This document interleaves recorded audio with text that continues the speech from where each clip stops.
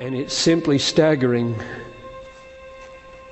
that God would ordain, now get this, that God, the sovereign ruler of the universe, would ordain that prayers cause things.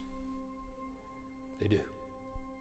Prayers cause things to happen that would not happen if you didn't pray. Listen to this.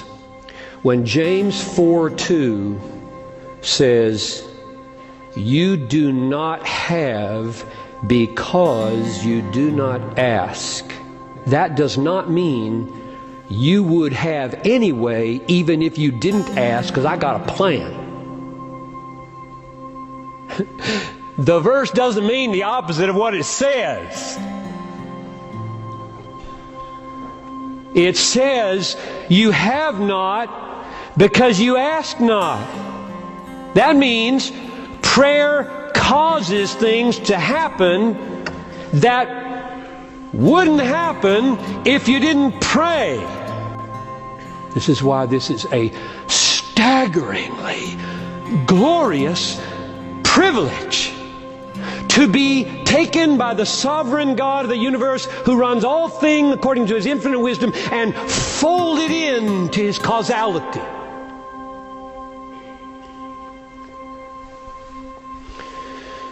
This is breathtaking. If you do not avail yourself of the privilege of bringing to pass events in the universe that would not take place if you didn't pray, you are acting like a colossal fool.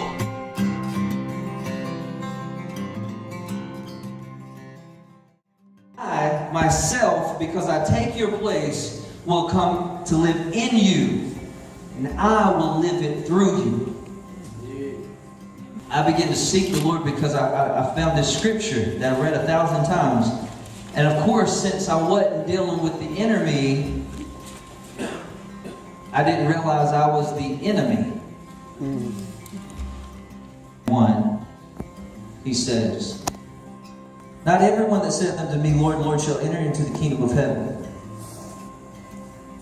It says, "But he that doth the will of my Father which is in heaven. Many will say unto me in that day, Lord, Lord, have we not prophesied in your name? And in thy name have we not cast out devils? And in thy name have we not done many wonderful works? And then I will profess unto them, I never knew you. Depart from me, you workers of iniquity." Was Jesus saying that those works that they were doing was iniquity? No. When he makes this statement, he says, "I never knew you." God really it shook me to the bone. I said, "You mean, Lord, I could be used by you and not know you? You mean I could be used by you and get some sense of peace and satisfaction out of that, and thinking that I know you, and I'm not known by you?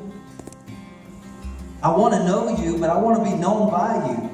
And he began to show me that in Genesis chapter 4, verse 1, it says, "And Adam knew his wife Eve, and they conceived and bore a son." And the Lord began to speak to me that when He knows you, He conceives something in you. And you produce fruit in your life.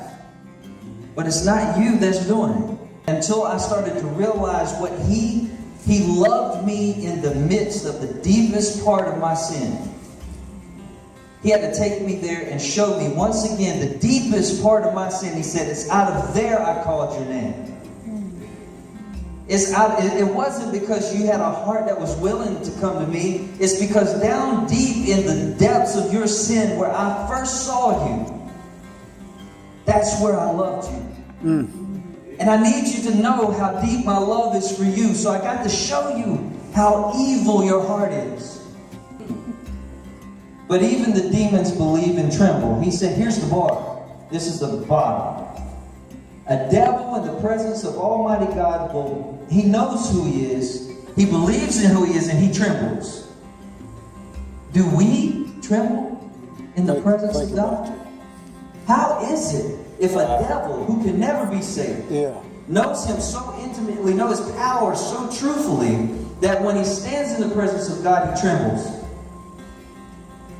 And yet we who claim to know Jesus are so nonchalant about the presence of God. It's only because the enemy is still the enemy. To be known by God being the exchange between God and a person who has been found weak and absolutely powerless, without strength before him, and who cries out to him in the depths of their sin, and he saves them. That's being known by God. It produces something in you. It causes you to be just like him. And then from that point on, you get to actually learn what the next steps of deny self, follow, take up the cross and follow me. Take up the cross is simply this: the innocent paying the price for the guilty.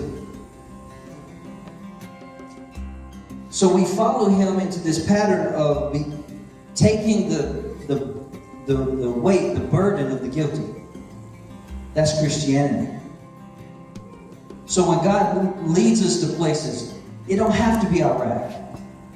It can be here, in this church, in the community around it. There's people. Look, when we minister to the wounds of the ISIS members, they are the ones that blew up the little girl over here in this bed, and this guy's over here wounded because he did it wrong. We still lay hands on this guy. We still pray for this guy. And guess what's been happening over there is these guys have been getting saved. And when they come in, they're hardcore Islamic ISIS, ready to blow the world up. They get put under anesthesia, go through surgery, get wheeled out to their dorm to recover. All of a sudden, they wake up shouting, "Messiah, Messiah, Messiah." That's what they say concerning Jesus. In their sleep, Jesus was evangelizing the heathen that wanted to blow up everybody that they could possibly blow up. Jesus was appearing to them saying, "I am the Lord." And they would wake up saved. Wake up declaring who Jesus is. This happened multiple times. It's still happening now. And I'm thinking, what were we doing then? What was our part? We were there to just love them. They didn't deserve the love. We were bearing a cross for the guilty. You see? We got to hold these people, rub their feet, rub their heads, pray for them, but all we were doing is loving them while Jesus himself was setting them free. God just wants us to follow him into what he is already doing. If you know him, and if you're known by him, all you're going to do is look at the open doors. Lord, what are you doing here at this church? What are you doing here in this community? Lord, whatever it is you're doing, I'm here. I'm just going to follow you.